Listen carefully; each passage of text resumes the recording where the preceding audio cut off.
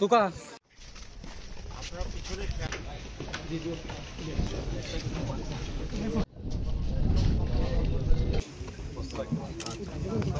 আপনাদের এই এলাকা মাদকের জন্য কিন্তু বিখ্যাত, এই জন্য মিস্টার বদিও তো এখানে বিখ্যাত, পুরো বাংলাদেশের জন্য কিন্তু নাম আছে আপনাদের।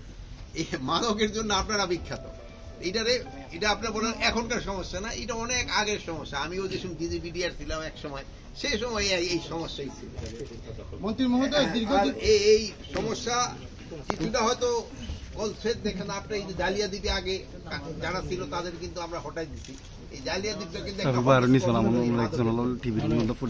আমরা এই মাদকটা শুধু এই এলাকার না, এটা পুরো দেশের একটা সমস্যা, এটা একটা বিরাট দেশের একটা সমস্যা। এটা আপনাদের সবারই সাহায্য এবং সহযোগিতা দরকার হবে।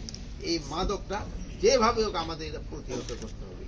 আপনারা এই যে আপনি হুজুর যে প্রশ্নটা করে ভালো, আপনার ইমাম সাহেবদেরও বলবেন যেন মসজিদে এরা যেন সবসময়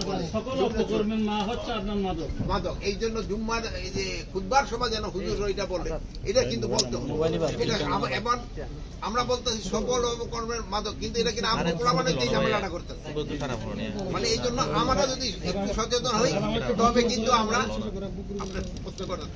আমরা এটা সমস্যাটা সমাধান করতে পারবো। এটা শুধু একটা আইন শৃঙ্খলা বাহিনী এটা না, এটা আপনাদের সবাই সহযোগিতা দরকার। এই সবাই সহযোগিতা হলে এটা অবশ্যই এটা নিয়ন্ত্রণে